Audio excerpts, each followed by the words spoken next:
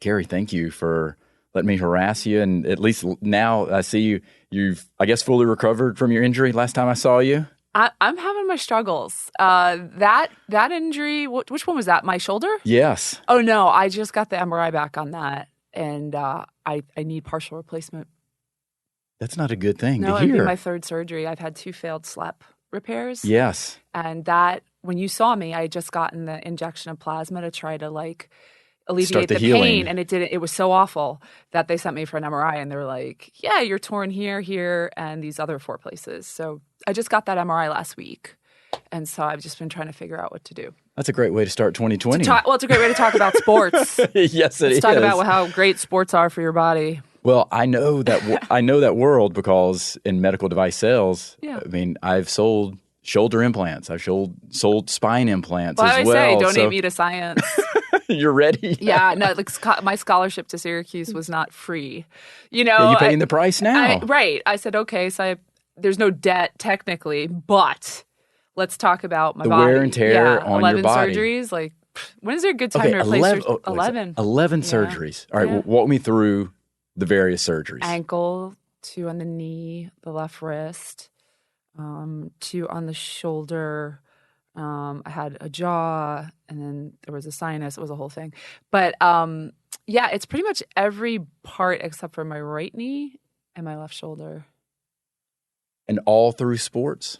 Yeah, it's just wear and tear. Yeah. You know, sometimes your body's built different. I'm very solid, and so soft tissue injuries, like just the wear and tear on it, is what I deal with. Yeah, it's overuse. It's repetitive. Other people are very light in the bones, and they deal with like stress fractures and stuff like that. You're solid there. Oh, I am I'm built like a brick house, but for that reason, now it's all catching up with me. Especially as you get older, you know, things start to deteriorate, and but this is a really exciting way to start a conversation about sports. But the thing is, it's real. It is real. I'm real about it. I am not going to gloss over. I am on the backside of the greatness of sports. And I can tell you, it's been a rough go. I'm having all sorts of problems. Were you a weekend warrior in terms of playing sports continuously? No. After my last surgery, my first shoulder surgery was when I was living in Manhattan. I was trying to play dodgeball in a dodgeball league. We were pretty vicious. And I noticed when I tried to throw the ball, my ability to snap my arm was off. It's like it wasn't moving as fast as my brain was. And that's why you have a slap tear. Your labrum, I had a reverse Bankert, which is on the back end. And one of the key indicators is when you throw behind you and your arm just won't go as fast forward. Go forward. Yeah. And so I was like, the doctor and said, what brought you here? Your brain is telling you, go forward, I was arm. like, I should nail this guy. And I would miss them. I kept missing them because I had a hitch in my giddy up, basically. And the doctor said, what brought you here? And I'm like, actually, recreational dodgeball is what did it. And that's what started the whole, thing. Yeah, and it seems that way because I'm a basketball guy. So I continued to play basketball even after I tried to walk on at Clemson, which that was a humbling experience, realizing you're not as good as you think you are. Yeah, I think everyone goes through that probably. You definitely do. At some level. But I continue to play, in Y leagues, church leagues, all of that, even into my 40s. But I was 30 and go ahead. I took an elbow in the front teeth, knocked my 2 front teeth out. And I was like, well, that might be the end of my playing days, because is it worth it? I love it though. Well, everyone gets to that point in a different way. I know a man who's brilliant, who is a big executive at Goldman Sachs, and he gave up his football career at Cornell. It was great, but he had gotten 2 or 3 concussions, and he's like, my brain is my asset.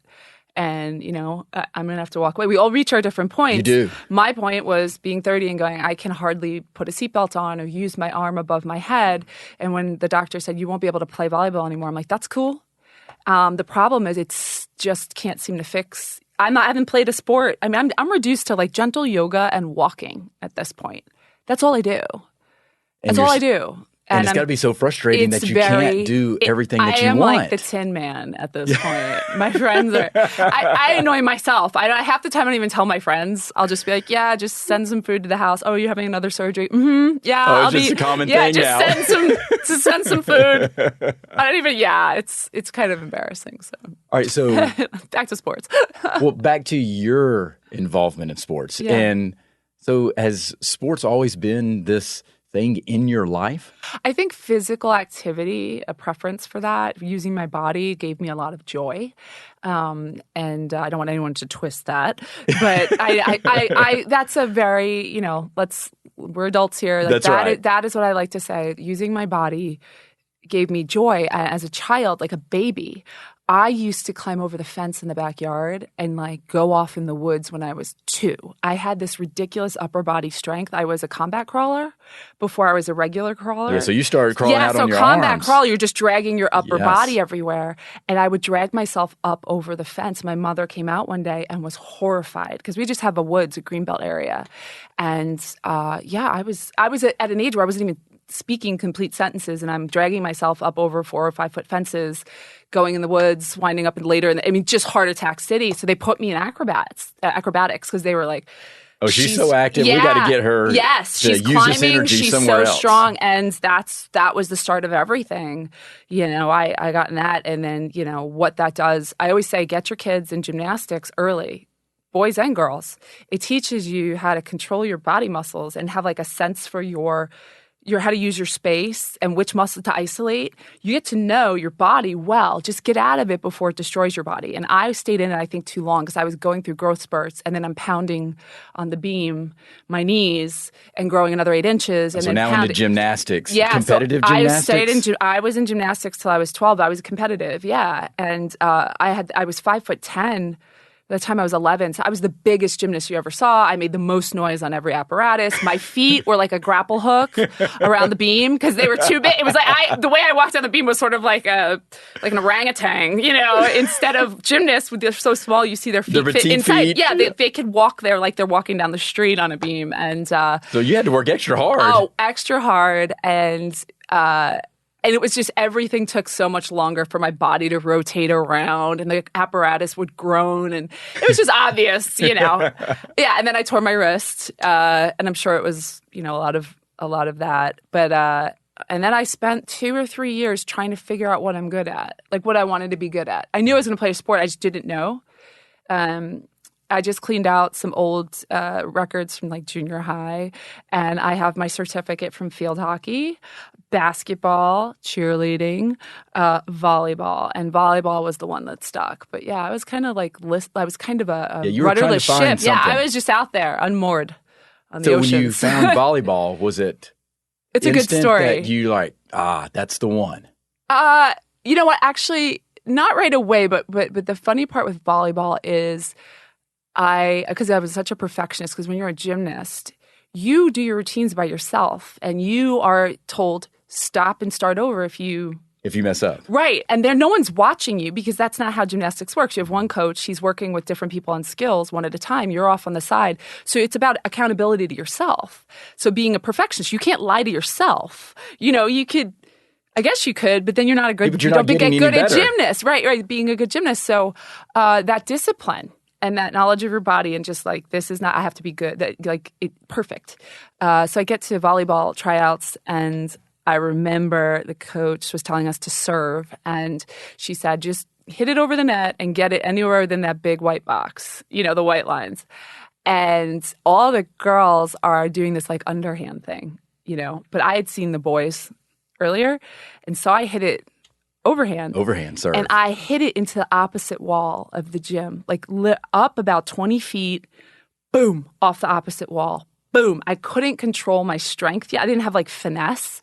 And I was getting embarrassed because I'm going, I'm not getting it in the white box. I'm sending it sailing. And I was all flustered, and I looked at my coach, Cheryl, and I said, I'm so sorry. And she's like, you're good. You're good. Because you had natural power, right. Didn't you? So because she could see, holy cow, look how strong she is. That, sir. And I'm going, but I didn't get it in the white box. I didn't do what she told me to. I'm going to get cut.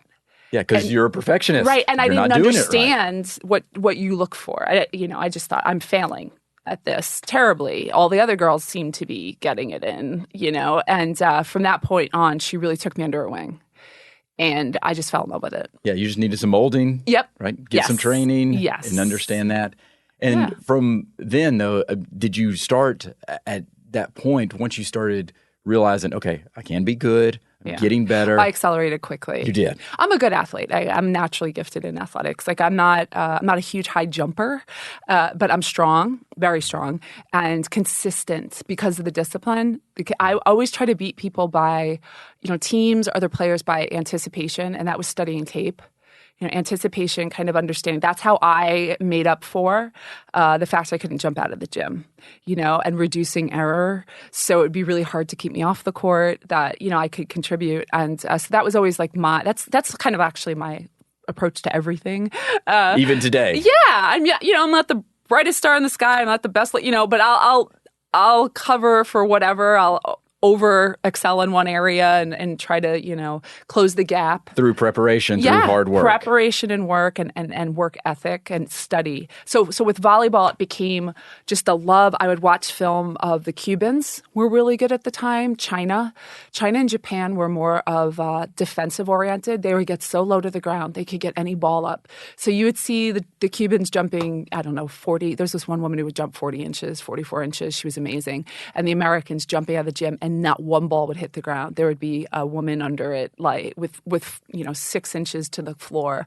And I would just study them and think, where can I fit in that scenario? I'm not going to ever get that low. I'll never jump that high. And there's got to be a place for you. Yeah, but I fell in love with all aspects. I'd read about it. I followed all the teams. I would end my matches. So I started junior high and then club and then, freshman on varsity and, all that stuff, and became like the one everyone knew in Long Island. I was the best player there and just getting invited to a lot of things. And I just was in love with it. And then was the drive, you love it, but now I've got to play college. I always knew I was going to play college. It was like the thing when I think it was like the 10th grade. I was like, it was just a matter of which one. Of which school? Yeah. Yeah. Because the coaches start, sending you, hey, and it was weird. You'd get, I remember I got one from Pittsburgh, and the coach at the time had been an Olympian that I remember watching. And so I was so excited. She'd handwritten on it, and I had it on my wall, even though I had no desire to go to Pittsburgh. I was like, oh my God, the recruiting's really, it's cool, So yeah, it just was like the best. It's one of my best memories. I don't regret it at all. So what I'm going through now, I don't regret. Yeah, when you say cool, from the recruiting standpoint, what do you mean cool? Well, other than the fact, yes, it's nice to hear from all these schools. People that want you. Well, and also to have another option. I was a really good student. I was on the whole AP circuit. And our public schools in Long Island are excellent because our taxes are very high and ridiculous. But nobody's going to private school there. Our schools are great. And so, I'm in 4 or 5 AP classes. My friends are in 6, 7, and 8. I got off the physics and the chem train. I was like, oh, that's a different part. That's a different part of my brain. I'm going to stick to Western Civ, U.S. history, psychology, all that. And they're all sweating. I'm going to Williams, I go to Amherst, I get to MIT, and I'm going, oh, I have a whole other option here. I don't have to play that game. I can actually look at, there's other school, it just gave me another way. Did it open up a whole new it made me think of places I never heard of. Because when you're in that Northeast thing, you're only looking in that corridor. You're looking at all like the Northeast liberal arts schools. You're looking how, and then you get a letter from, Campbell University. You're like, oh my gosh, I could go to school for free down there, and it was kind of nice. It just took the pressure off, and it was fun for me to kind of look up teams and think, oh, what if I live there, and yeah, so I enjoyed the whole process. My first visit was Oklahoma. Right? Wow. Yeah, my first recruiting trip was Oklahoma. I'm a New Yorker, a Long Island girl in Oklahoma. I was like the only thing going on that day. Everyone thought I was fascinating. I was like a shiny penny no matter where I went. Say this again. They'd hold up objects. They wanted you to keep talking. Yeah, say this, say car, say, whatever. I saw my first armadillo on that recruiting trip. I'd never seen, just thought, and then I got into Illinois was the second school. I was looking at New Mexico and Indiana and Michigan. Yes. So you were going. I wanted to get out of New York. Your horizon. Yes. You wanted to get out of New York, and that's what sports did. I would never have. No one in Long Island would be sitting here going, you should look at Oklahoma. Because I was saying I'll be good wherever I go as a student. That's not a problem. I'll be successful. I'm not gonna. Okay, so now I can look at these great. Now I can add a life experience to it. I can get off this rat race of. How great is your, what did you get on that paper? What did you get on that, Yeah, I think I knew like that wasn't my thing. That wasn't your pathway. No, I could, but I just no. If it didn't had energize been, you. no, I would have been in those awful physics, AP, chem classes, hating life, and I didn't want to do that. So so it was exciting for me. That's what recruiting was for me. It was exciting to read about schools. I was so into it, and reading about the teams. I even reached out to UC Irvine. Was the Anteaters. I was like, this is amazing. Like the whole process was so exciting to me. Houston. And what were your parents thinking this whole time? Oh, they were so supportive. I think my dad was a good athlete. That's where I got it from. I was going to ask you. But his mom wouldn't let him play baseball, which was his sport, because he got his front teeth knocked out, which is funny. There you go. And the dangers of sports. And he so hated that. He thought I could have been a professional athlete. I think he has a lot of that regret. So he was really come watch me play, but he wasn't like a crazy dad. But he would just come and watch me play, and we'd have these great long drives to my tournaments, and they were so supportive. So you guys were able to bond over sports yeah, as well? Yeah, we totally were, especially my dad. Like he got to kind of live that part of his life I think that he would have loved to, but not in like a creepy, weird way. And he was like my recruiting director. Like he'd keep my files for me because I couldn't keep it straight. Like what I had to do and who I had to call and who called me when. And but if you don't mind me like continuing on, in that year, my dad worked in computers for like a Japanese company, and there was their economy crashed. And it went under and like whatever. And all of a sudden he was unemployed. Now my mom is a teacher, and they are well compensated in Long Island. I mean, it's the benefits and all that. So we were okay. But I had a sister in college that they were paying for in Indiana, so out of state. And all of a sudden, this thought that maybe I could go try a school out, even if they didn't give me a scholarship, as a walk-on, and earn my way, Yeah, dried you still up. wanted to go out. Yeah, of course it did. Yeah, and then, in the recruiting process, you're sitting there waiting. So I know I'm Oklahoma's number 2. They're waiting to hear on their number 1. And now the other one's dried up because I'm waiting, and it put the pressure, the screws to me real quick. And then Syracuse came along like at the high school championships, and I just went on a whim because my mother heard me say, "Oh, well, I want to be a journalist." I had no idea Syracuse had none. I was not looking to stay in New York. You didn't even know that they're one of the most renowned I didn't want to stay schools. in New York. Who goes from Long Island to upstate New York? When you have when you have New Mexico, when you have... You have all these other options when I'm to truly get an experience. So I never wasn't looking at a journalist. I'll be fine wherever I go. Oklahoma had a program. Indiana had a good program. Like, they were all decent. No, all of a sudden I'm up in Syracuse, and they're like, well, we'll give you books. You'll be our top recruit. And I just saw how excited my parents were and my dad. And I didn't hate it. I just felt like, let's take the pressure off. It was too stressful for me. I was worried that if I said no to them and then everything fell through, now my father's going to feel worse because I can't go play at the place I want. And, with all the things we talked about. And I saw the relief on their faces when I accepted. And it wasn't my dream to go there. To play against all the gals I'd been playing my entire club career. Yeah, because it's a circuit. My own teammate from club went to Syracuse. We both signed there. All right. Another one went to Boston College, and one went to Seton Hall. So I was like, I'll see you guys next year. And you want to go and reinvent yourself. You want to go and reinvent yourself as a player. You're a certain way when you're in each team. You take on a certain role, right? And the opportunity to go to college, opportunity to go to a new team is to take on a different role.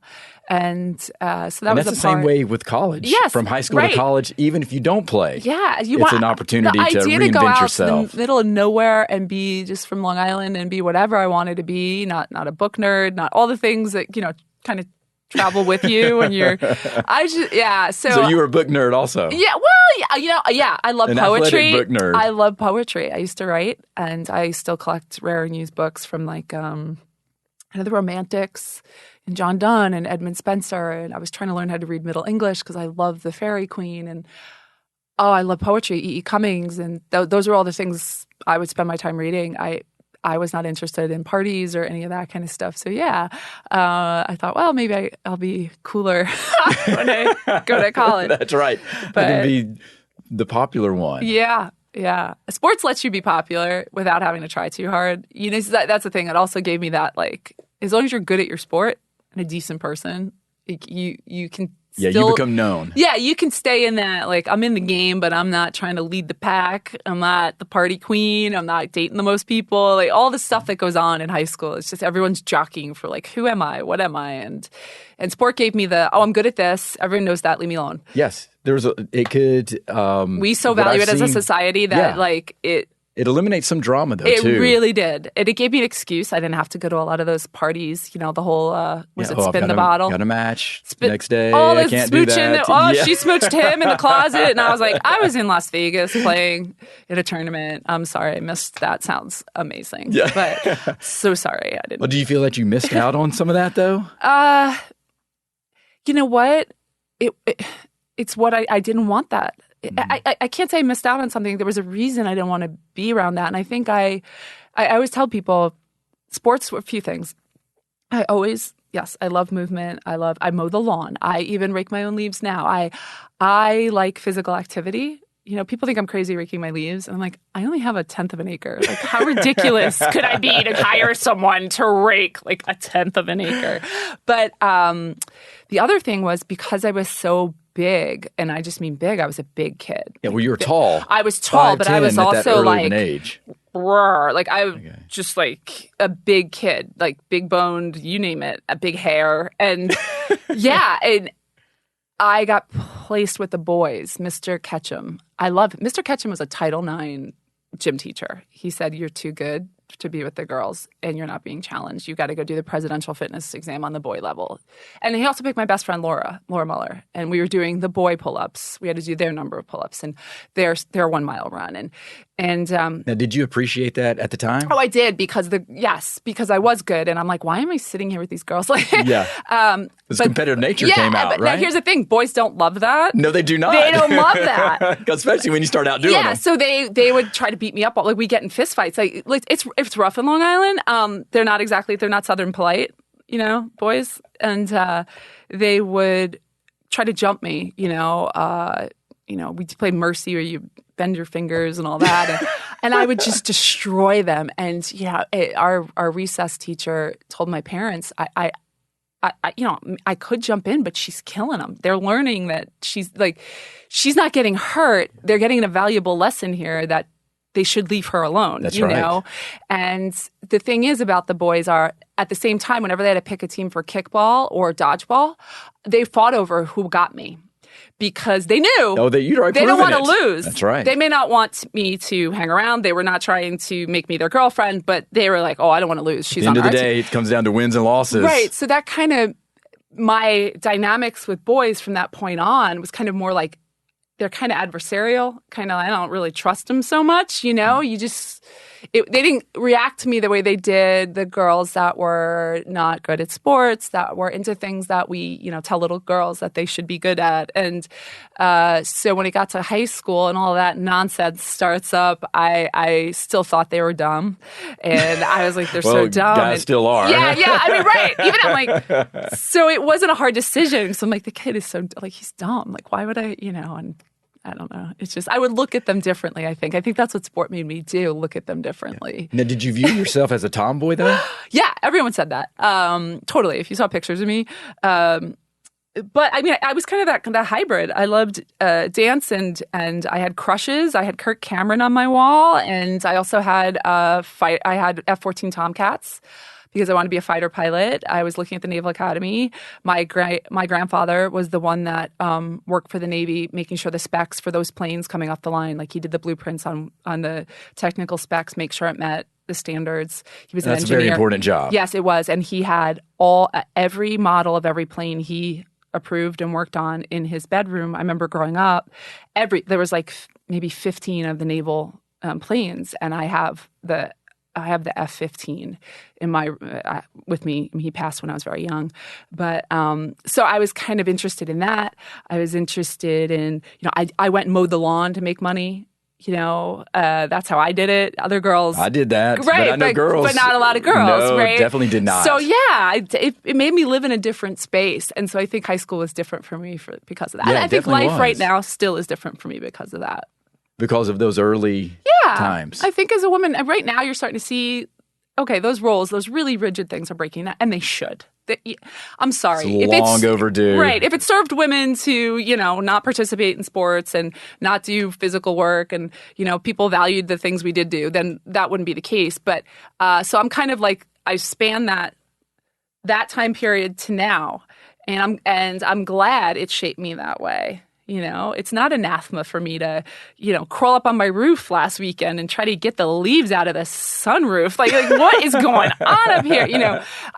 I'm not looking for a man to come help. If I have to kill a bug, like I'm going after that you thing. You can do it. Yeah, stuff like that. So I think it was a gift, but at the time it didn't feel that way. It just felt like I didn't fit. And when you talk about you being a perfectionist early on, and hearing that you probably got some of your athleticism from your dad. Yeah. But where did this, perfectionism come from? Other than obviously just some of your training in gymnastics, but there had to be something innate that just led you to be more like that. I want to be really clear. Like it definitely was to my detriment. There's a balance, right? Yeah. No, I was not balanced on that. It was tied up in my self-worth. Making a mistake was I'd be upset for days at myself. I would self-punish, I'd like, you don't deserve that. You're terrible, that kind of thing. Like you were telling yourself that. Yeah. I'd have this like inner dialogue. And I think it's because when you are good at things, people reward you. And it kind of becomes a cycle of expectation. And if I do this, then that will happen. If I do this, they're happy. If I do this, my parents are happy. If I do this, my teachers are happy. My school's proud of me. If I do this, if I don't do that, then I'm letting them down. Then I'm bad, And I caution anyone. I was the worst in high school. If I missed one ball, I would be under my breath, like annihilating myself. And I remember my coach pulled me out of the game and was like, "You have got to stop. Like this is not healthy. No one wants to see you you're allowed to make mistakes, that kind of thing." And I thought making mistakes meant I was bad. Like it was just this, it wasn't great. But did you hold yourself to a higher level than you did other people? Other people. I would sit there and say, "Hey, it's okay. You're human." And then I'd sit there and be yourself. Like, yeah. I think everyone, but people have this problem. We do that. Yes. And I honestly don't think I really let go of that until probably my early 30s. Okay, so I was going to ask you, do you still battle that now with your current role? No, I'm a lot better. I'm a lot better. And when we talk a little bit later on about probably some other life things, that would be the kind of the point of which I realized I couldn't do that. The defining moment? Yeah, I couldn't do that anymore to myself. Yeah. So now you're at Syracuse. Yeah. And it's not actually the place you wanted to be. Or the coach I wanted. Or the coach. And it was awful. What was so awful? Well, he wasn't who I signed with. Oh, so it was a new coach? Yeah, he just showed up on our... So you signed... Yeah, with this couple. And then they got the head job. They were interim.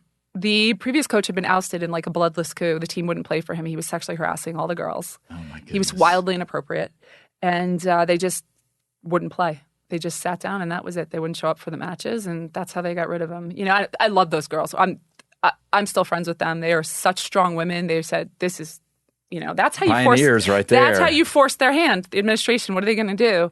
So we had this interim coaches, and I was their top recruit, and I really liked them. They had both played Penn State, the husband, which is a great team. They won the championship in '94, just the year before I graduated high school. And his wife was from Arizona State and had played great program, Pac-10 at the time. And all of a sudden, I wind up with this guy Jing Pu. In the late January, shows up on my door. He was the coach at Central Connecticut State, but very thick accent, really hard to understand, and just not interested in knowing you personally or watching tape with you or connecting with you on any level. He would look at a chart. He would look at his clipboard and say, "Potts, you didn't run as fast this week." And I'd say, "Okay." And, that would be if I started or not. You're just ridiculous. It's like... Yeah, no rhyme or reason. No, but how fast we ran or how high we jumped. Analytic-centric. Right. And yet, I'm like literally the emotional stability of our team. I'm the one, people like, Keri's unflappable.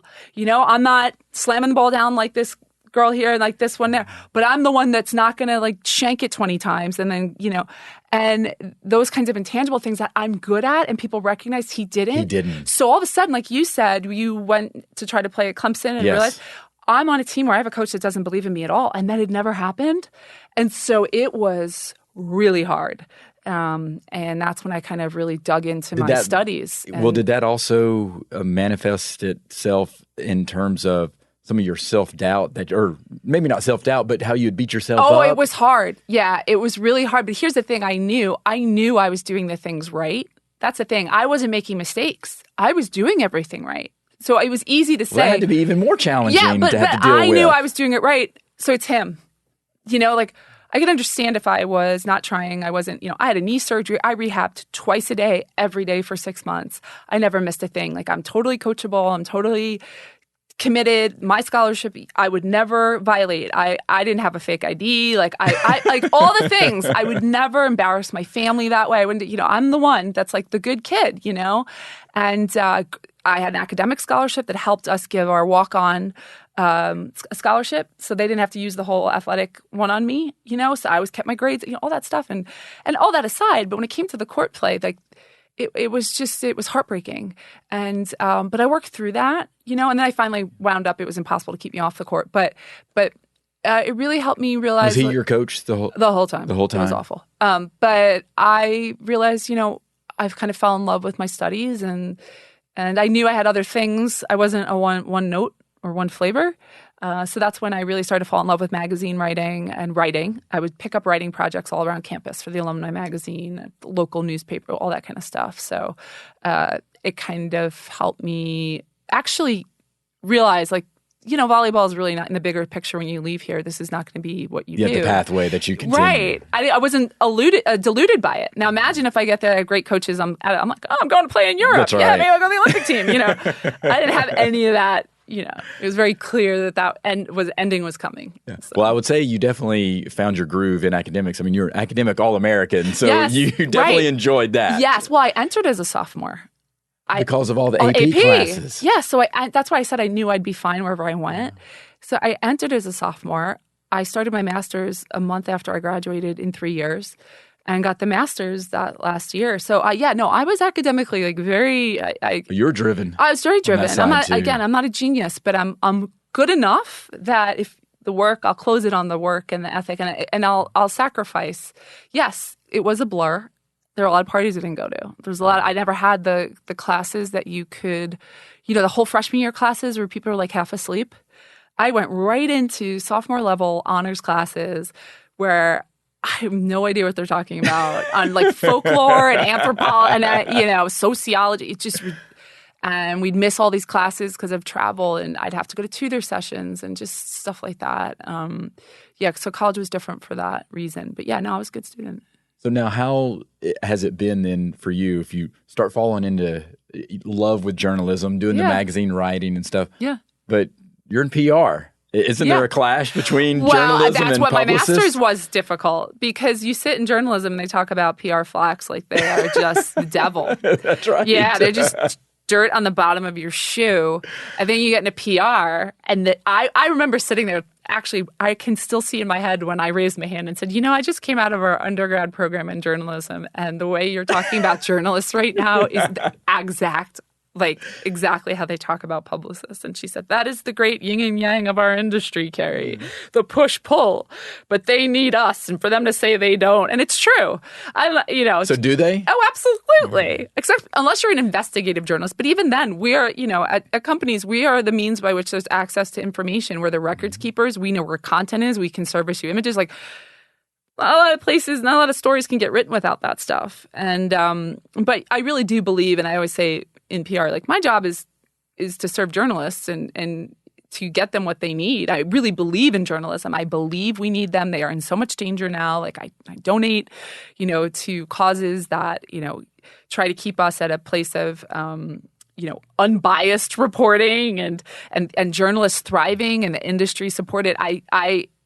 I worked as one. When I worked at the NCAA for 3.5 years, I was a writer and editor. I covered Title IX hearings, all the principles of sourcing and reporting. And, even though it was for a membership paper, I still had to do all those things. And so, I really believe in it. So I respect the heck out of them, and I so believe in it. But I also know what my job is as a publicist and as, a PR person. And it means that I don't have to give you everything, because I know that your job is, I got to work for it. Yeah, that's right. that's the thing. I say like, oh, you got the wrong person. I know exactly what your job is. I did it. Yeah, which a lot of us are. We used to do. But, I wouldn't change a thing. And it was great to get those both paid for. It was nice to come out of school because I was gassed.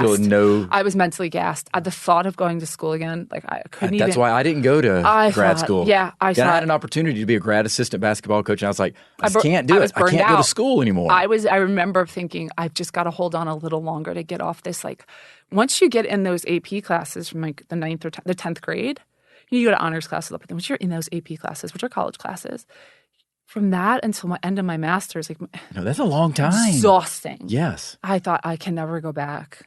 I can never go back to school. You got to have a new chapter in your life, right? Yeah. And I wasn't even in those type of classes, and I was like, oh my gosh, I'm done. I was done. I was done with the whole like high speed education, intake of so much information and performing at a high level. Yeah, well, and you're doing it on both, athletically and academically. I mean, that's a tough. I could not let people down. There's no way all of a sudden you're going to be a senior. And that's when I got the academic All-American. But, what am I going to just fall off senior year and like let everybody at Syracuse? That's not your style. No, they would be so disappointed and it would be embarrassing to me. And so it's just, I just wanted the pressure off when I got out. And then of course I get the job at the NCAA, which was, I felt the pressure to get a great job. Like everyone's like, where are you going to wind up? And I'm like, oh God, I don't know. I didn't actually put that pressure too much on myself. It seemed to be everybody else. Everybody else was asking you? Expecting me to, because I had my master's, I finished it at Nike. And everyone's like, oh, you're going to stay at Nike? And I'm like, I don't know, and I felt like, oh gosh, I have to have some really cool job. It can't just be like a widget factory. I can't just do PR for like paper, I kind of think of Dunder Mifflin, they're at a paper, like they're selling paper. That's not sexy. No, it's, and somehow I wound up at the NCAA, but I didn't think I would. I didn't think I'd get a cool job. So did you feel that was a cool job? I felt like it was cool enough. Yeah, people left me alone after that. Like there was a prestige to it. Oh, yes. Yeah. There definitely still is. Even today, NCAA, granted, obviously there's controversy around NCAA and how they of course, are operating. There probably always will be. As long as I have been alive. Yes, there's always been issues. But it's that level. Oh, NCAA. Right. Now, ESPN is even much bigger than that.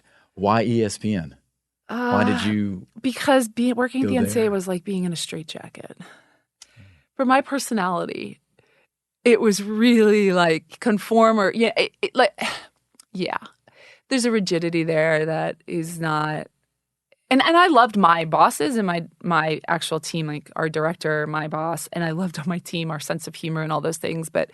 In the NCAA, it's like if you work in communications, you can never work in any other department. If you're in championships, you're the queens and kings of the institution. If you work in enforcement, you have a special pass. Only you can get to that part of the building. Like you're kind of like the FBI. You're like uber cool Secret Service talking into your wrist, exactly. Special key cards. Right. And so I'm coming up with all these projects. I'm like thinking, oh God, there's all these things we can do. I was a student athlete. Why don't we address, this issue that catastrophic injury. What about athletes that have families? Like all these, and they let me do all that writing and all that kind of stuff. But anytime I would try to, well, I can go do championships. They'd loan me out to do it. Like, no. It's just, and I was like, never been somewhere where people are going, yeah, but you can't do that. Like, but why? Well, it's just not done. That's just the way it's done, or it's not done that way. Right. We don't do that. That kind of thing. And that ridiculous, right? And so you are the kid that was crawling over a fence at 2 years old. You don't want to be tied up in boundaries. Yeah, you have to be really into hierarchy and the kissing of the ring, I think, in a certain regard. And my parents, unfortunately, it's not always been the best, but like my mother would say, you don't give respect to anyone who doesn't give it to you. Instead of a lot of which is you respect authority, you respect whatever. So it makes it really hard when you're like, just taking it on the chin. Again, yes. Yeah. And it's like the only reason you're not allowed to speak in this meeting or this is because your title or this name, like that's ridiculous. But to me, those are antiquated views and having come from Nike where it was like everyone's energy and everyone's thought was contributed, I already had that to compare it to. So, and I gotta say, they were great people. I got good times, but like in terms of growth and where you could go and kind of the fitting into this. It just wasn't for me. It just wasn't. I knew it. And so it took me like a year to get out of there. I felt like it was the Hotel California. I was like, I got in and now I can't get out of this place. There's no door. I should be, tripping over offers. And it was actually, because how do you translate committee liaison work, right? It's actually not a real job in the world, right? Like committee liaison is not a job that people hire you for, like in a wide industry of that. There's jobs in there that are like being an enforcement person. You're not actually in the FBI. You're not actually an officer or an SI. You're enforcement for a very specific rule of bylaws. Like what job is it? You're not SEC compliance. You're not going to get hired at a financial institution. Where does that translate? But where does it translate? So there's very specific jobs. And so that's what I learned. But I decided, well, why don't I go try my master's? My PR. PR. Yeah, I mean, I could try that because as long as it let me do writing. So I was just writing. And so I called Coach Boeheim, who I had been his assistant one summer and been close to the family and babysat the kids. And Syracuse is such a family, just such a family. And I said to him, I'd never pulled the Boeheim card. I'd never asked him for a letter of recommendation, but this time I said, do we know anybody that you think I could talk to about where to go? I don't know how to get out of the NCAA. And I knew he hated the NCAA. So I was like, yes. He was, all I had to say was, I need to get out of this place. And he was like, I'm your man. I'll get you out of there. I'm the one. And he said, I know this guy, Johnny Wildhack. That's what he said, Johnny Wildhack. And I said, sure, I'd love, so he connected me with him, gave him his number. And I would just ask him, like, what do you think? Like, where would this translate? Whatever. And John was at ESPN at the time, and his fiance was in our department, PR department. And when an opening came, I applied and had Syracuse, my people call from my behalf and went through the whole interview process and got a senior publicist job because I had my master's. They counted that, and all that. But and John's now that AD at Syracuse. He was the number 2 at ESPN until he left for Syracuse. So he was at ESPN his entire career since he left Syracuse. He was there for, I want to say 34 years, 40 years, 34 years. And then now he's been AD. I just saw him yesterday, actually, in Florida. Wow. For ACC meetings. But so isn't that like a weird kind of... It is, the circle, how right? it stays connected. And now he's Jim's boss, which is really funny. But so that's how I got out. And then I got in there. And I remember when I was trying to, my going away party at the NCAA, every time I walked through the halls, people go, da-na-na, da-na-na. And I was like, oh, God. Yeah. I didn't really but I wasn't looking to go to ESPN. I was just looking for a job. It was an opportunity to get out. Yeah. And where can I go that would be a good company? Something that you felt you would enjoy. Yes, that I would enjoy, that I could translate my skills, that I'd be an asset with what I've worked on for the last 3.5 years. There's a very finite time when you're starting out in your career. There's a few years you get to play with, but then you start to kind of get in your lane. You kind of pigeonholes. You start to, I've been doing this for 5 or 6 years. It's really hard to be like, oh, I'm going to go do finance or I'm going to go do that, and I didn't feel like I needed to leave the space of being around sports. I wasn't looking to reinvent the wheel. But I could have, I guess. I was only 3.5 years at the NCAA, but like I said, it was very specific. And I don't know that translates to Macy's or, all these other companies. They're like, what exactly? Well, it is hard to get the opportunities because people will view you in that specific role as well. Absolutely. That, you don't have any other skill sets that will translate. What I've been doing these last 10 or 11 years is working on, I'm very interested in women and girls advancing their rights, equality. I work on gender-based violence in my time away from ESPN. It's been very close to my heart. I've been a rape crisis counselor for years. I am president of an org that helps Americans assaulted overseas. And I've been working on that because really they'd be like, but you're sports. I've been just chipping away at it for years. And now I'm finally going, and I speak around the country, but now I just did a moderator job for the UN Population Fund in Nairobi in November. I got invited to do that. I spoke out on a UN panel celebrating International Day of the Girl up in New York in October. That's the space I'm jazzed about, and that's where I want to be. But to get there, you kind of have to, it takes longer. At this age, in 20 years in the business, 11 years I've been spending trying to like acquire the knowledge, get in the spaces, and get past people going, oh, what are you doing here? You know, these are a lot of them are PhDs, academics, they're technical specialists, they work in the global South, and they're looking at me going, you've never been to Africa. Like, what are we going to do with you? You've never worked in a camp or done research. Why would So, what can you bring to the table? I've been experiencing it. I imagine you what have. we're talking about, but I'm finally there. I'm finally kind of like getting in there. So the snowball is starting to happen. It is because there's a lot of sports partnerships they have. The UNFPA, like that's the world. So they're the panel I hosted was all these teams around the world that are giving gender equality commitments and taking on campaigns. You know, it was a soccer team in Tbilisi, Georgia, one in the Ukraine on my panel, New York Rugby, the professional team in, Afghani soccer players. So it's there. That is my, so now I think I can marry both. You can. And I am, but it took a really long time. And so, I just think if you focus, you're disciplined, and you just keep working at it and coming at it from every angle, you can get past that, but you got to be patient. And I think sports helps teach you that, though, right? It does. Well, yeah, come at something from every angle and from keep every trying. angle, yeah. Especially from you. You talked about how you used to watch tape.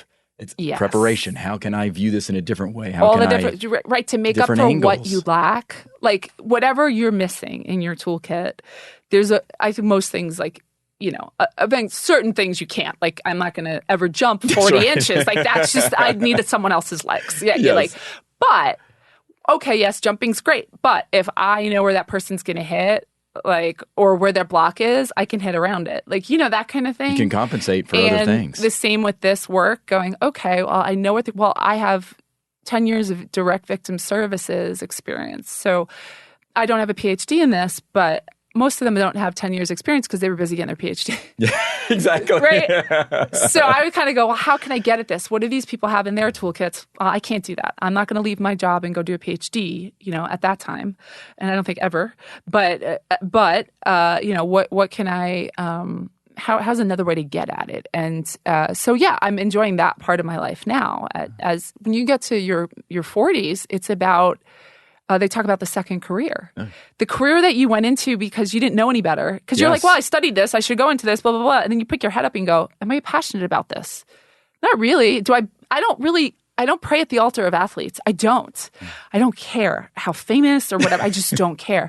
I like the work and I like my people. I like writing and speaking and doing that. But so where I am now is like a very interesting time in my life. Well, I'm a few years ahead of you because... Not many. But I got a few years on you. I've got a good skincare routine. So, well, just from the standpoint of, I read a book called Halftime by Bob Buford, and it talks about that a lot of times you get caught up in getting down a path and you don't realize that it's not what you really want to do. It's not where your heart is. It's not where your heart is. It's not meaningful. And that's what happened to me when I got out of coaching. That's where my heart was. Sports, coaching, and into pharmaceutical and medical device sales. And then I woke up. Yeah, so what am I doing? A little over 40 years old. And I'm like, oh my goodness, wait a second. This is not what I thought my career path was going to be. And so it was really the genesis of starting the podcast. And that's now, awesome. Almost 3 years into it, I'm still like, I joke with my wife, I'm trying to figure out what I want to be when I grow up. Yeah. Because I think a lot of people are going through that. And it's crazy how that happens. A lot of people going back to school, a lot of people doing kind of the gig economy. Yes. Leaving their jobs to go, do flower shop or crafts. Or I know. Yeah. Just something that your heart gets Well, we don't teach up. That in school. We talk about a job, but we don't talk about a career. Exactly. How to have a career and how to have do this thing called life. That's right. Yeah. So it's that our educational system is not. Well, they're missing out on so many things. And one of the things that I feel also is that they don't prepare you enough to really understand how valuable mentors are, connections, networking, all of that. It's like, you just got to be laser focused, go get a job and it's weird because we're the ones that fund them. Like, we pay them to go there. We should, you would think, be able to shape the curriculum. That's right. Like I always say to kids when I talk, I said, you go to school, you do all this, but you marry the wrong person too soon, you have a child before you mean to, whatever. All this is out the window. That's right. All of a sudden, you have friends who are married at 25. They're in a battle. Their money, it doesn't matter what your education is. It doesn't. Nobody told them how to handle this, how to pick a partner, how to navigate, single mother. Like those are the things that are life. And college really doesn't teach you life. No, it and does so not. you have your degree and what are you going to, like, I know Kanye West did this song. What was it? He said, you can get your papers, but I live in life or something. Yes. That's back when I listened to him. But but I think that's what he was saying. It's okay, well, you've got this technical award, but you don't know how to do X, Y, and Z. And I think all of us are at that deficit. All of us, I said, God, I wish someone would have taught me how to, pick a partner or how to navigate what, I was attacked when I was in my early 30s. I went through an assault overseas and how to navigate that. And someone will say, well, that's just life. We can't accommodate for all those things. But I think there's general themes in terms of unexpected trauma, how to work through trauma. I mean, that is actually the theme, trauma. Like we all are at some point we all face some type of trauma. No one's unscathed. That's right. Nobody. By a certain age, someone has lost someone they love. Someone's been hurt horribly. Someone has, died, been sick, like all these things. And we're all just like the walking wounded.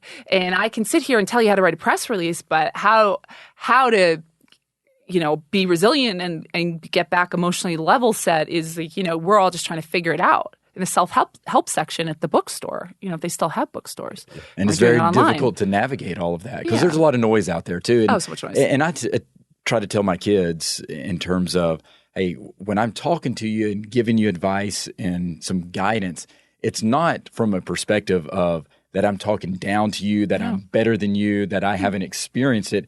It's just the opposite. It's because I've lived life longer than you have, and I've experienced certain things, and trying to help guide them.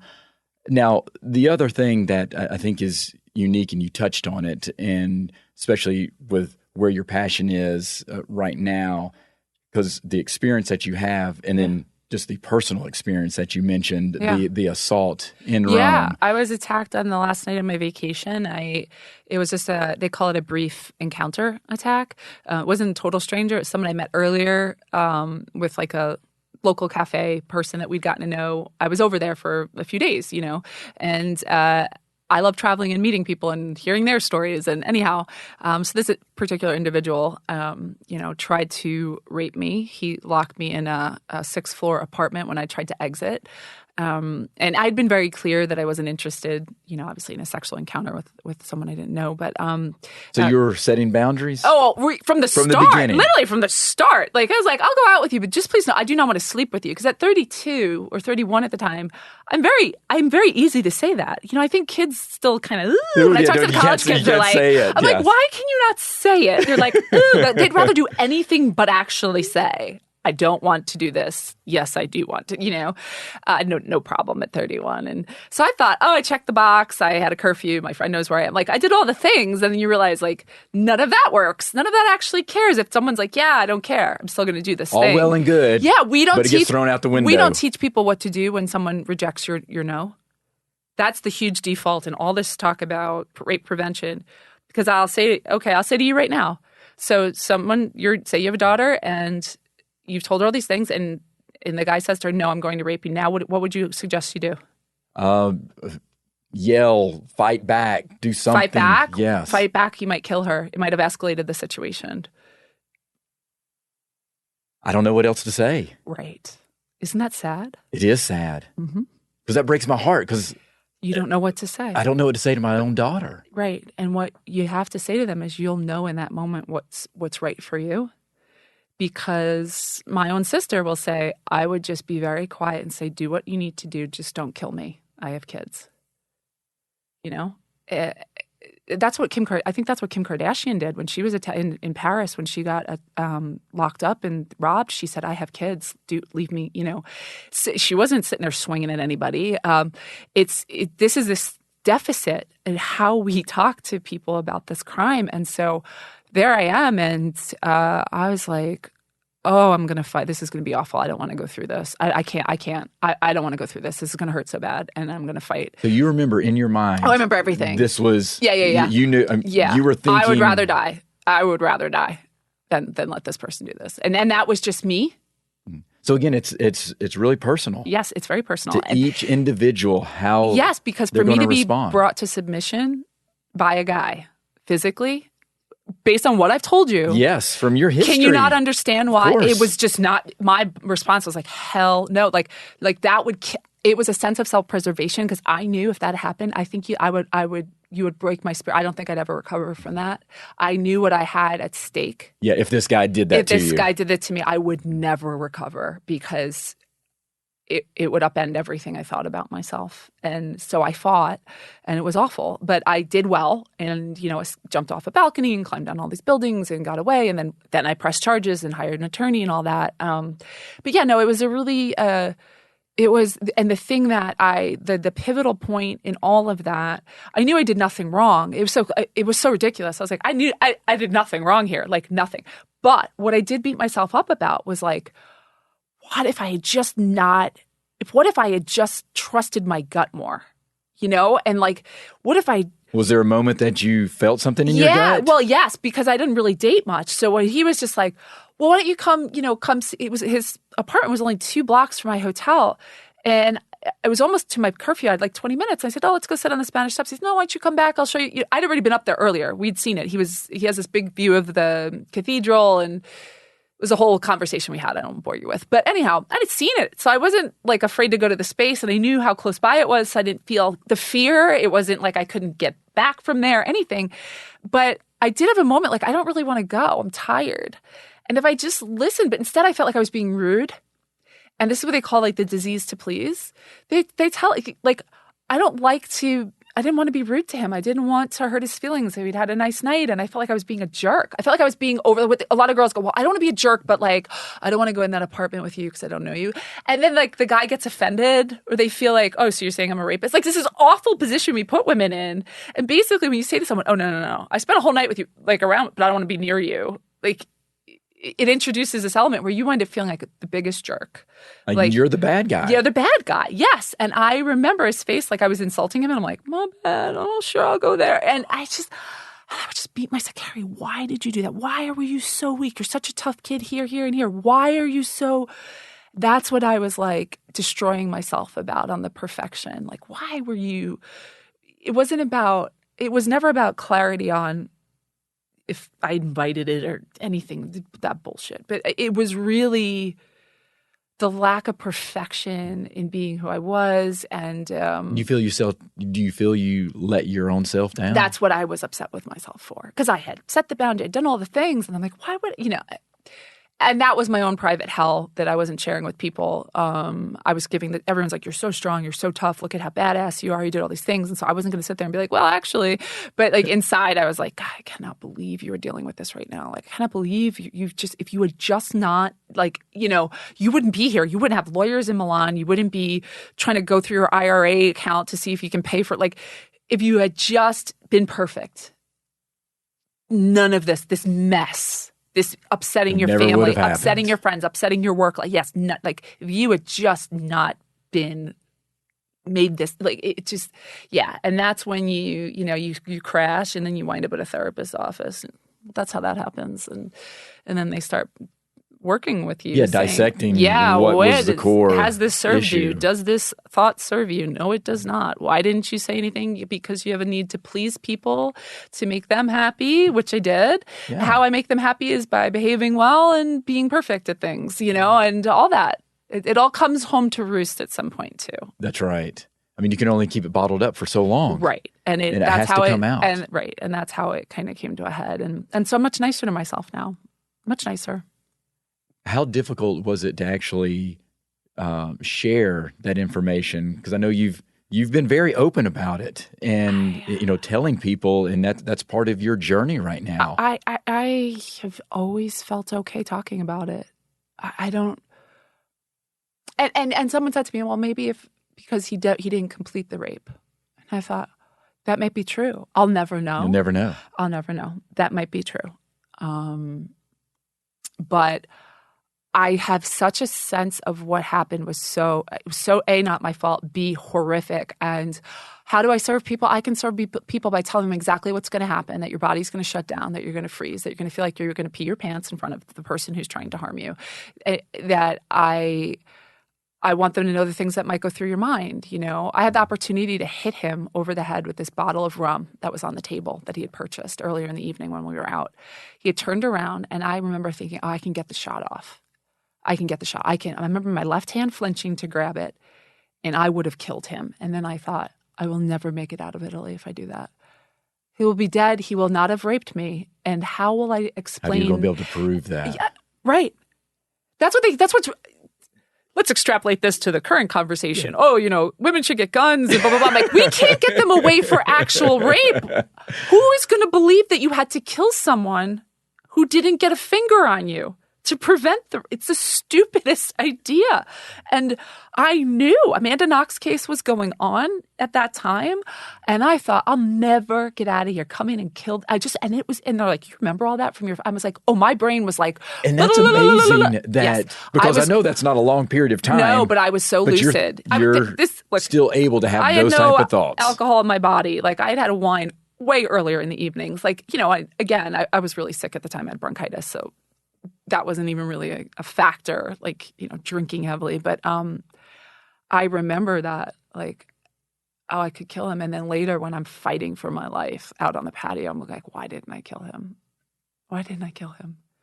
So it was just and I tell people all those thoughts because, I could never kill someone. I'm like, well, actually, I was one of those people that said I couldn't kill someone, and then it almost killed me. And then, like, you know, I almost died. Obviously, it changes your perspective. It changes my perspective. And I've heard you talk about, too, that you think you know how you might respond. Oh, you do? Yeah, but you don't. But you don't, no. right? No, you don't. No. There's just no way to replicate that. This is the other lie. Listen, you will not know until you're in mortal danger. Mortal danger is a very specific set of circumstances where you actually believe you're going to die. Someone's trying to kill you, and you believe death is about to happen, imminent. You can't replicate that in any class. You can't think your way through it. What you can do with defense classes is think of like what you would do if you were locked in a room, what you would do, like, and keep thinking through those things. It helps you. So when you're in that instance, I thought of ways I need to get to an exit. If there's an exit available, take it. Like I remembered that. But nobody can tell you how your body will respond. And a lot of people get the freeze. I just actually went through a corporate training, for our company. We have these corporate trainings and talking about, active shooters and stuff like that. There's nothing in the training that says, oh, by the way, your body might shut down and you might actually crap your pants. Like your body is going to release everything because you're terrified. Oh, there's plenty of stories of people in war that happens to them. Well, that's where it comes from. That's where that term, that's literally where it comes from. War. It's the same thing. Your body under attack. That's what PTSD comes. That is a trauma. And the same thing about someone trying to rape or kill you. The same fear that you're about to lose, your life. Most rape victims will say, I thought I was going to die. They all say that. And that's when the trauma comes in and then the PTSD after. And it's this ridiculous thing. Like even in the training I'm watching, I'm going, it's saying, oh, run, throw something or do this. I'm going, where's the part where it's like you are completely mobilized? Because what I want people to understand is know that that's probably going to happen and know what it is. Yes. Oh, that's what this is. Oh, this is a thing that's happening. That helps. I was going, what is going on? Why can't I move? Keri Potts, move your legs. Keri Potts, why can't you? I was yelling at myself in my head, the refrain I did as an athlete. I couldn't move my body. And I was trying to get to that door to get out, but I couldn't get my legs to move. So when did it kick in? Adrenaline or what happened? It did. Yep. But I was fighting to keep all of my contents of my body in my body. I was like, am I going to lose all of my waist? It was the most embarrassing. It's awful. And then it just kicked in. Something just went, and I remember I felt like I always say, I feel like I had the strength of 10 men or 10 women. And then I was like a fiend, like an absolute out of control, just like, I will end him. I will get to that balcony. I will jump.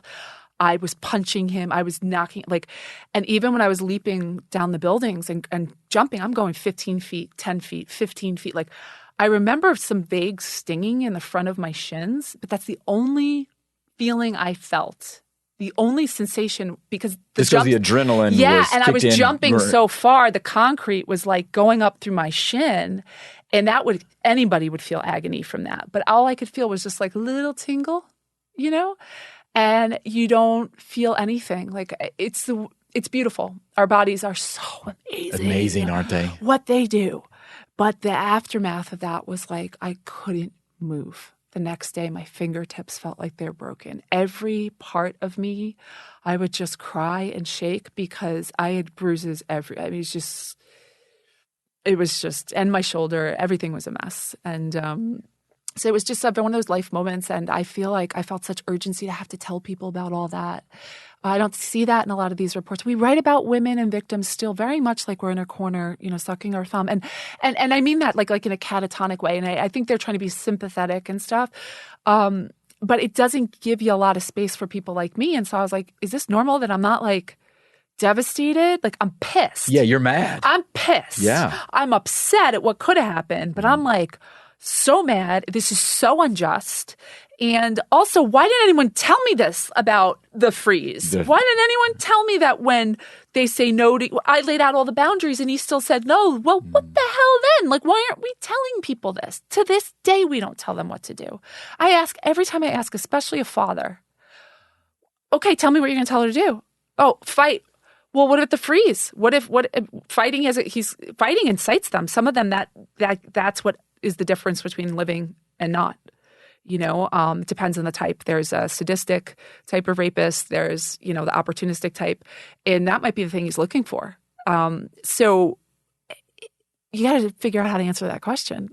I would recommend everybody listening to this figure out how to ansse that question. Please. Where can we find out that type of information to help us get to an answer? Well, I mean, there's a lot of people who've done research on this, but honestly, it kind of goes back to what I say. You have to say to your daughter, yourself, your wife, whatever, even you're subject. Anyone has a gun or you're asleep or incapacitated, you are susceptible to anything, okay? And men are told that is the lie that you guys all operate under. You're as vulnerable as anybody else. Look at our military. We have so many military men that suffer this crime.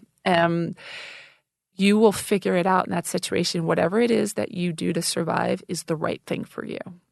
Okay? And that might mean your daughter says, Dad, I just let him. Yeah. That's right. But our courts punish you for that. Oh, well, you didn't fight. You didn't fight. Oh, what am I going to do with a 200? My guy was like 70 pounds heavier than me. What am I going to do in that scenario? Oh, so I'm going to die? Am I going to break? What would you like to see? You wouldn't be there if he wasn't threatening you. You wouldn't lay down if you didn't think you were going to die. Like our laws say that's the threat. That's the physical. Right. But juries and everyone wants to see markings. And so many people have the freeze and just please stop. And we're so horrible to them for that. We want what they saw with me. And so I do have guilt about that when I talk. I try to say to people, please know, I know my case is very, very different than a lot. And I'm not here to wave myself around with you. What I'm here to talk to you about is this other stuff. Like, don't ever think you have to jump over buildings and hand fight a guy. Like, you're not me. You're not angry like I am. You're not big like I am. And you're not like so overconfident in my body like I am, And, so I'm careful about that because I don't want people to think that's the only way. Or that's the right way. You will know in that instance. In that moment. Your brain and your body will tell you. And you have to, as a person supporting him, you have to be okay with whatever that looks like. Exactly. But people say, why did you fight? Why would you lay there? Why would you, and it's. And I imagine there's people that are shamed. Of course. To that point they are. That I didn't fight. You can't tell me you didn't fight. Right. What are you thinking? You got to get out of that situation. Well, because that's what we reward. That's right. Oh, they rewarded me. Oh, she's such a badass. You're so, oh God, Keri, how'd you, we're not saying it to the people. God, you survived. Congratulations. You got through that. We don't give them that. And that's the majority by far. So and we fall down on that too. I mean, I could go on that for hours, but anyhow, sports. Yeah. Well, I was going to say, have you ever thought about that, when this adrenaline kicks in and you've got this Now, I knew what that was. I knew what it is when adrenaline kicks in. I trust my body because I know I've been in those. Been in sports. Yes. I've been in matches where you get that. There's actually video of it. One of our matches against Pittsburgh was like almost 3 hours. This is before rally scoring when we had side out scoring. So a match could last 3.5 hours. Yeah, just keep going. 5 games, 3.5 hours. And you're just on fumes. And I remember I wanted to end that match. And there's this thing, you just see me like, give me the ball. And like, it's a burning sensation all the way. I'm on fire. Like if you took my temperature, it would be jacked, and I'm just like a fiend, I would say. And I know what that feeling is. And so I remember a moment going, I know what this is. Like I cannot ever replicate that level of adrenaline. Like when you think you're going to die, like it's way more than sports. Like it's what it should be. It should never be something other than used for that moment, right? Yes, exactly. Reserved just for that. Just for that. And I think that I remember going, oh yeah, I know what this is. Like I know this feeling, like the shaking that comes. So that shaking was the adrenaline starting to go through, because I was standing there looking at him and I was just like this, and it was the adrenaline just firing through it. And all of a sudden I was like, and boom, and just went at him. And and I remember going, oh, I know what this is. Yeah. And I think a lot of people who don't train their bodies through sports, who don't have that advantage, don't know what that is. It's horrifying. Your body's like emptying. And I would imagine it just magnifies the point of, well, I just got to freeze because I don't know what's happening. Yes. Because they're just getting confused. Yes, you're confused. You don't understand what's going on, and you don't trust yourself. Like I trust my body. I trust myself more than I trusted him to let me out of that space. I can imagine. I thought, I can do this. I can climb. There's space close together. This is not skyscrapers. These are all old houses. I can dive, jump, roll. I can do this. I think I can. And that was a confidence that you get from sports. And that's what I say sports saved my life, because it taught me how to believe in my body and myself and my strength, and taught me how to think about navigating spaces. Gymnastics, I know how to roll. I know how to hit the floor without actually hurting myself. And that carried on into volleyball. I know how to go up and hit a ball hard and then pull my body back so I don't make a net violation. I know how to control my abdomen. I know how to, those were all the things that came into play that night. And I am so grateful for that. I don't know what the outcome would have been. If you don't have high body confidence and don't trust and know how you're going to react and what you're capable of, then that's not an option available to you. That's right. And again, I think that just, you freeze. Yeah. Even more so. Now, have you thought about also just in terms of, we all have different pathways and journeys, and again, how some are positive, some are negative, but it's how you utilize those for other things, just like you're doing now. Have you thought about that? What you went through was part of your journey, so you absolutely. could be on I don't worry. mission now of what you're doing. I remember exactly where I was in the street after the police had brought me back to show them where I had entered the building and maybe where I'd exited, which I was struggling to figure out. And there was a bunch of things that happened, but it felt like divine intervention. They were just inexplicable things that happened, a series of things that happened in that 24-hour period that you can't explain. You cannot explain. And I remember looking up at the sky and saying to God, I said, oh, I got it. Yep. You want me to sound the alarm. I remember saying that. And I was walking with the probably 6 or 7 police, like plainclothes, back to the cars. It became very clear that God wanted me to, I would say it's like being waterboarded to the point of drowning, but not. Like he brought me right up to the edge to see what it's like to have someone ignore your boundaries, what it's like to have someone terrorize you, what it's like to believe this is about to happen, I'm going to die, and what it's like to deal with the police and go through questioning and have witnesses who didn't at first want to come forward because they didn't want to get involved in the bureaucracy there, and and then not have me raped. So he preserved my ability to go on in life, not have me unjust, like I got. Marco wrote, yeah, I did this. He pled guilty, so I got the thing that no one ever gets, right? So that I could go and tell people these things, and then I could go do the work. And it's so obvious, and anyone would tell you that. It's so obvious. I've always had big, broad shoulders. I'm the one to do this work. I am the right temperament and toughness, but with enough sensitivity because of what I experienced. And so it was exactly as it was supposed to be. Yeah. Oh, God built you for this. Right. Because He knew you could handle it. Right. But if I had been raped, in that way, I would not be here. Maybe it would have been different. I would not be here. It would have just and that's why that couldn't happen, and I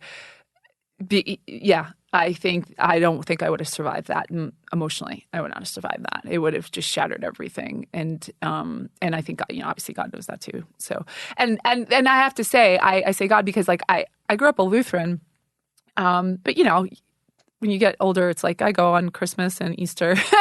I'm from New York, so it's different down here in the South. But I always just talk to God. I always had this very like we have a conversation every day. I'm like, listen, what is going on? And so that but when you're in a place like Rome, it's so ever present. Like you feel like angels are just flying everywhere. Like it was like the show, right? Think about you step in there, you're like, oh my God, there's angels everywhere. Everything about that was just so.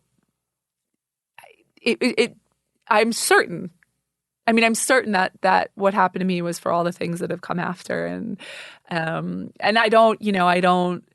I'm very careful about speaking about organized religion and all that because victims are of all types. I will never want someone not talk to me, trust me because I'm this and not that. That's right. Because it doesn't care. It doesn't care. And so when I say speak to God, everyone has a God. Most, unless you're atheist, which is fine too. But yeah, so I do believe that I was called to do the work, and it's an amazing story. It really is. One day I will write. I've been working on like a book about it because there's so much I never tell people because it just never fit in this conversation. I could go on for hours about it, every detail. Even that magazine article I wrote, they cut out so much because they had to get it on 4 pages, and so yeah, someday. Yeah, I don't even know if you could confine it even to, I know it's just so ever present. I've had people try to buy my life rights like several times. And I was like, no, I'm the only one that's going to tell this story. I don't want, when you have to sign a life rights thing, it's like, oh, well, we can replace you. We can make you a man. We can make you, this, and this. We could, I'm like, no. No, that's not your No, why would journey. I sign that's that? Not your story. I said to the woman, if you take that out, I will sign it. Oh, well, no, then no. No. Good for you. I don't need any creative assistance in telling the story. It tells itself. It does tell itself. It does. If you know all the or most of it, yeah. And so, that was just like last year. Every time someone comes at you with that, you have to hire an entertainment attorney and look through the contract and then send, and I finally just said, I'm going to do it. So I'm working on the book. Okay. We'll have another podcast when the book comes out. Yes. All right. Yes. One last question. Sure. What other, I shouldn't say what other, because you have shared a lot of wisdom in many capacities, but I'm a big words of wisdom type of person. Mottos, quotes, phrases, just life advice. Do you have anything that has meant a lot to you? There's 2, okay? And one is my mother's that I have borrowed, and the other one is a poem that always really connected with me when I was little by Christopher Marlowe. And but my mom's first one is to thine own self be true. Really, you become who you are as you get older, and I really am feeling to thine own self be true with what we're talking about. Especially as you get older. With you doing this podcast, that's the to thine own self be true. And the other one is, there's a poem, and it's, my mind to me a kingdom is, there in perfect joy I do find. And I travel by myself. I just went to Montreal, actually, just to have some downtime. I went to London in the beginning of the year. Like, my mind to me, I enjoy my inner world. I love history. I love reading. I travel, and I will go without talking to anyone for 7 or 8 days. And I'm really good on my own. And I like myself. Like, I like what I have to say. Fascinated by it. No. But you can entertain your own self. Right. But I loved, that was the thing. The kids in high school were all doing the social strata and the this and the that. And I was perfectly happy. My mind to me came there in perfect joy. I'm peaceful. I like myself. When people say, why do you go on vacation by yourself? I'm like, I need that. I mean, there I was in London on the shore with a bottle of red, chocolate, cheese, a book on Richard III, and a blanket by the water. I'm like, you got to be kidding me. Like, what? That's heaven for you. Isn't good? This is so good, So that's the other thing I always think and go, to this day, it has never been more true. well, how important it is to know your own self. People do a lot of things to not have to spend time with themselves. That's they do a lot of out with other people. They don't want to be because they feel that that's what they have to do. There's something you don't want to address, I believe. And that's fine. You can be a people person, but I just think if you're that terrified of like spending time with yourself, like there's a therapist for that. I probably know them. Keri, thank you so much. Thank you. I hope I was helpful.